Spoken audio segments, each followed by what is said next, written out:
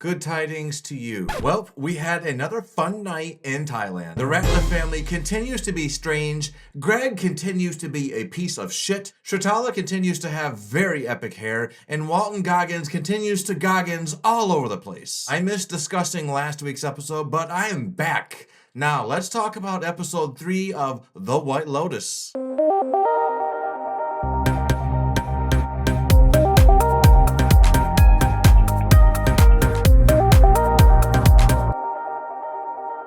Episode 3 opens with Victoria dreaming about an incoming tsunami. And while it's fair to assume she could be dreaming about this because this location once had a very famous and deadly tsunami, it's much more likely to do with the incoming disaster that is coming with her husband's company. Tim continues to be in deep doo-doo, which is something that we first found out about in episode 1, and we continued to find out more about in episode 2 when we had a very special guest star that we did not see, but we heard Ki Hui Kwan, and we basically find out the extent of what is going on. Well, I guess not quite all the extent, but we've got a pretty good idea. There's some money laundering going on, and Tim ended up making $10 million out of this deal. But because Ki Hui Kwan's character had a whistleblower working in his company, it's all going to shit, and it's going to go to shit for the Ratliff family. And Victoria, weird lady that she is, somehow has a gut feeling about this. This family continues to be one of the most interesting parts of the show. I mean, they are immediately catching your eye because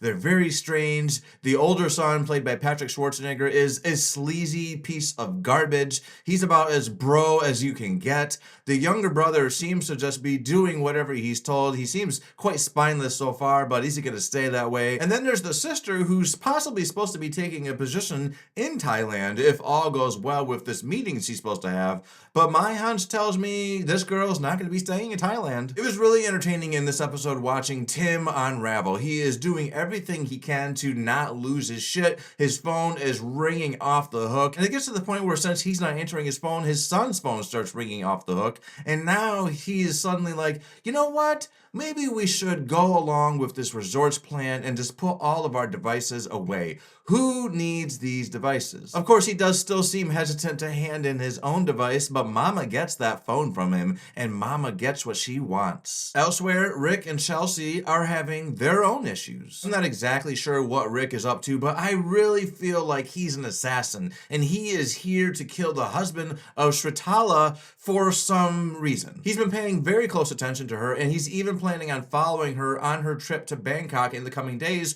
where she is going to meet her husband. It seems obvious to me that he is hiding something. He has probably been hired by some shadow organization to kill this woman's husband. Who knows why? He's just there to collect his money. And when I think about it, there's a strong possibility that the people who hired Rick to kill this woman's husband or whatever he's planning on doing are possibly the same people that are working the security detail around this lady, because when Gaitak volunteers to join her security detail, these two guys approach him and they act like, no, you don't belong, we don't want you. They don't want him involved in this plan and being her security detail, and I think it's because there's a plan and they don't want to have extra complications involved. Gaitak joining her security detail would probably ruin whatever plan is going on, which is also why it seems like Gaitak might be getting fired in the next episode. I just think there's something going on involving the staff around Shrutala, and I think they might be connected to Rick. But at the same time, I don't think Rick knows anything about that side of things. He's probably kept very in the dark for most of this assignment. But you can tell that it is not easy being an assassin or whatever this guy is, because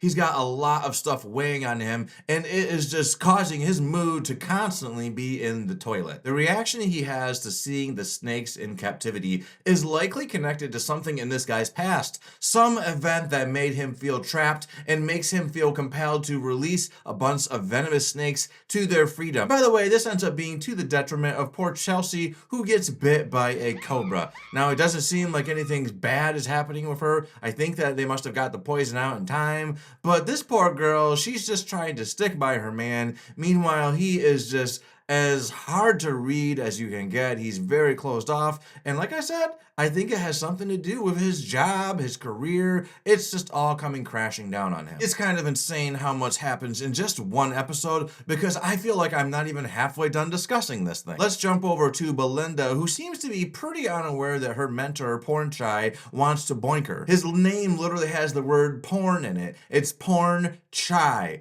Chai is a T, so porn tea. Tea bag, dick in your face. And she finally puts her finger on why that bald bitch looks so familiar. Yes, it's Greg. And he seems very surprised when she points out that, hey, I recognize you. As a matter of fact, it does seem like people at the table were not 100% buying Greg's story about being Gary and not having any idea who she is. I think that there's going to start being some questions being asked. And I just get this weird feeling that something between Rick and Greg is going to go down. These guys, they're both probably similar in moral values, and I imagine them fighting. And lastly, let's jump over to our three friends who are trying to enjoy a nice vacation, and yet they have spent so much time talking shit about each other behind each other's backs. At this point, I think we've had almost every combination of the three girls pairing up to discuss the other person. But the most hilarious and jaw-dropping moment of this conversation was when Jacqueline and Lori realized that Kate voted for Trump. This scene was perfect for me. It's obvious that Kate used to be way more liberal because she's friends with these girls. She gets along really well with them. But it seems like after she moved to Austin, Texas, after she joined the church, getting involved in that religious community, she ended up voting for Trump, it sounds like.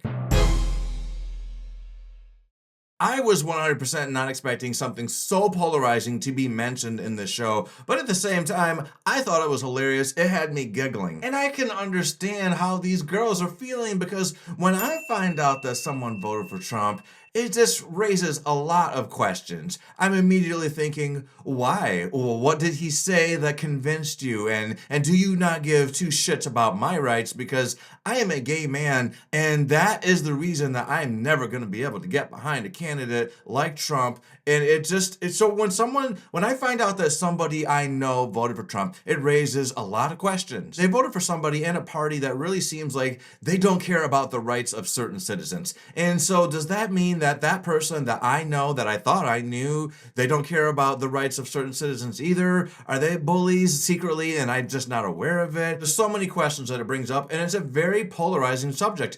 And that's exactly what Lori and Jacqueline are faced with now that they know that their friend actually voted for Trump. And why did Kate vote for Trump? Is it because she moved to somewhere more conservative? Is that what's going on? People just take on the politics of the people around them? I'm not really sure, but it's 100% a guarantee that this episode, because of this scene, is going to trigger a lot of people, and it's going to get a lot of different polarizing review bombs on IMDb, on Rotten Tomatoes, and it's going to be really funny to read some of those. And Mike White knows that this is a very polarizing subject. There's something that is going to raise a lot of hell with a certain demographic of this country, and yet he put it in this show anyways, because it is a very human, normal conversation. Friends do talk about politics, and that reaction, it is a very normal reaction for a lot of people because Trump is so polarizing. And yet Mike White went and put something so controversial in this episode, regardless of the potential backlash, because Mike White don't give a fuck. I think it was great, one of the strongest episodes yet, and every time we peel back a new layer to this onion, my eyes start to burn, my eyes start to sting.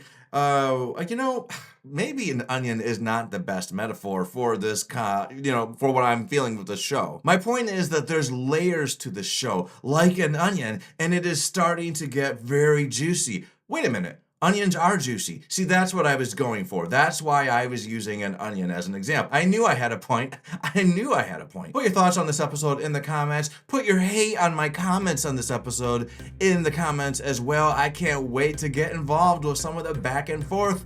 We're gonna have some juicy stuff to talk about, I bet. If you liked anything about this video, you should hit the like button. And if you want to hear more things from me, subscribe to this channel. Later.